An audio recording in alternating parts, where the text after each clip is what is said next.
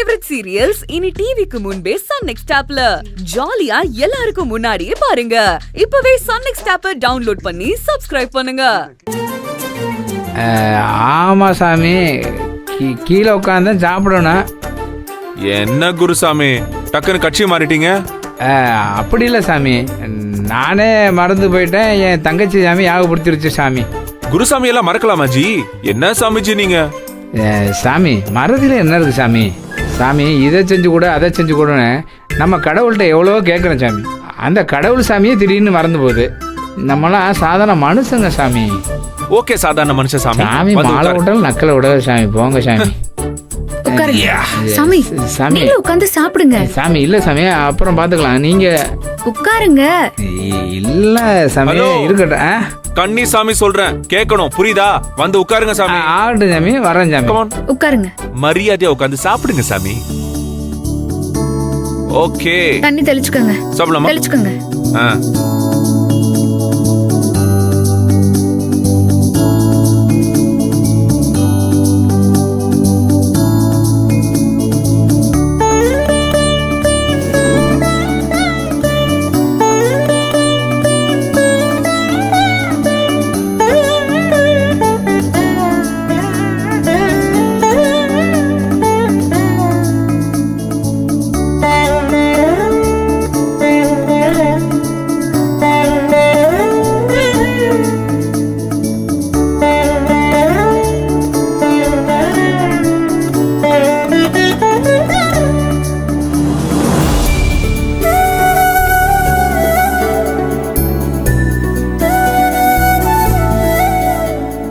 சாமி இருங்க சாமி.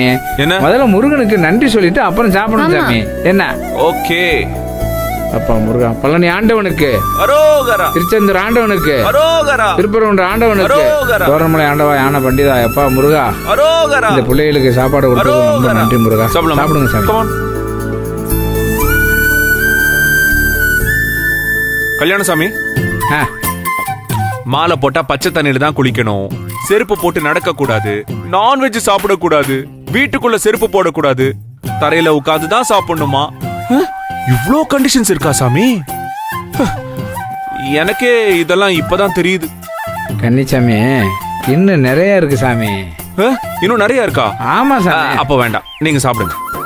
இதுவே போதும். சாம்பார் வேணுமா? வேணாம் சாமி, நீங்க ஊத்திக்கங்க. ஏன் கல்யாணம் சாமி சொல்லுங்க. இந்த மூணு மூஞ்சிகளும் ஒன்னாவே சுத்திக்கிட்டு இருக்கே, எதுக்கு? சாமி என்னை கோர்த்து விடாது, நான் பாவம் சாமி. ஓகே, சாப்பிடுங்க சாமி. சரிங்க சாமி.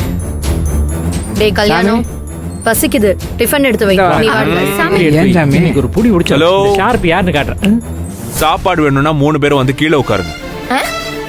கீழயா? நாங்க எதுக்கு கீழே வந்து உட்காரணும்? அப்ப நீ போய் அந்த ரோட்ல உட்காரு. அப்புறம் என்ன? குருசாமியே கீழே உட்காந்து சாப்பிடுறாரு, உனக்கு என்ன டைனிங் டேபிள்ல உட்காந்து சாப்பிடணுமா? அந்த உட்காருங்க. மாப்பிள சாமி, முட்டி எல்லாம் வலிக்குது சாமி. கீழே உட்கார்ந்த எந்திரிக்கவே முடியாது என்னால. ஏன் முட்டி போச்சா? முட்டி எங்கேயும் போல இங்கதான் இருக்கு. பரவாயில்ல, நானே கையை பிடிச்சி இழுத்து விடுறேன், நீ வந்து குந்திக்க சாமி. குந்து வா. ஏங்க பாருங்க சாமி, வாங்க இங்க. சாப்பாடா பொண்டாட்டியா? அவன் சொல்றான், நீங்க பாட்டுக்கு போயிட்டே இருக்கீங்க. இல்ல, நெய் இட்லி நல்லா மணக்குதுமா. ரெண்டு பேரும் பப்ளிக்ல கை வச்சிடாதமா.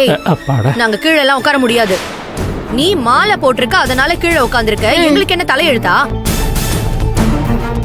சமாதானமா போயிருவோம். டேய் கல்யாணம், இப்ப நீ எங்களுக்கு சாப்பாடு எடுத்து வைக்க போறியா இல்லையா? இந்த வரேன் சாமி.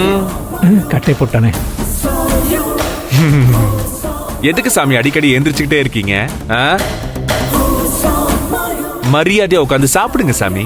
ஆகட்டும் சாமி, அப்படியே ஆகட்டும். ஆமா, என்ன சொன்ன? கல்யாணம்.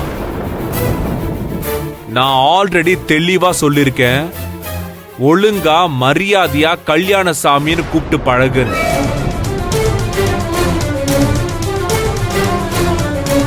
மாலை போட்டாலும் நான் தான் வழிகடாவா?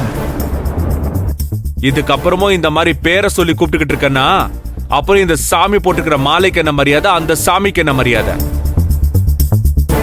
Hello, excuse me.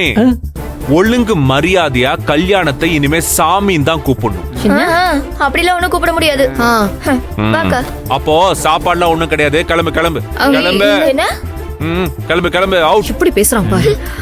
கிளம்பு நான் வேணா குட்டி சாமி சாத்தா. கூப்பிட்டு சாப்பிட்டு சாமி. உனக்கு பார்சல் வாங்கிட்டு யோ வந்து போயா போயா சாமி சாமி, சாப்பிடுங்க நந்தினி சாப்பிடுறேன் சாமி. சாம்பார் எடுத்து ஊத்து சாப்பிட்றேன் சாப்பிட்றேன்.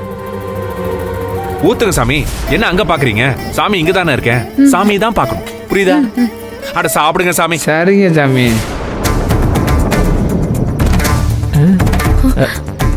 ஏமா அத்தை வந்துட்டாங்க, கம்ப்ளைண்ட் பண்ணுவா.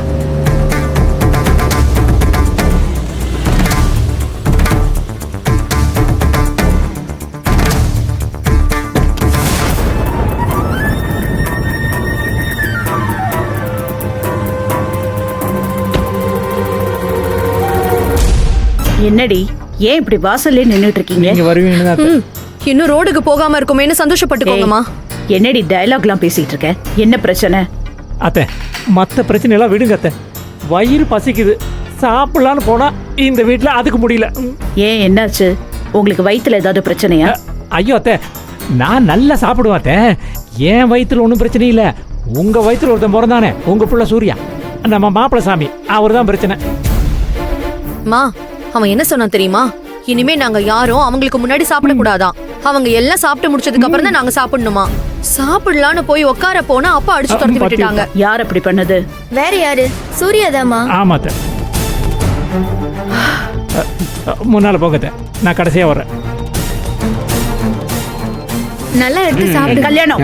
அம்மா கல்யாண சாமின்னு சொல்லணும். ஏய் இங்க பாரு, நான் இந்த வீட்டு வேலைக்காரங்கிட்ட பேசிட்டு இருக்கேன், கொஞ்சம் வாய் மூடிட்டு. என்னடா மனசுல என்ன நினைச்சிட்டு இருக்க?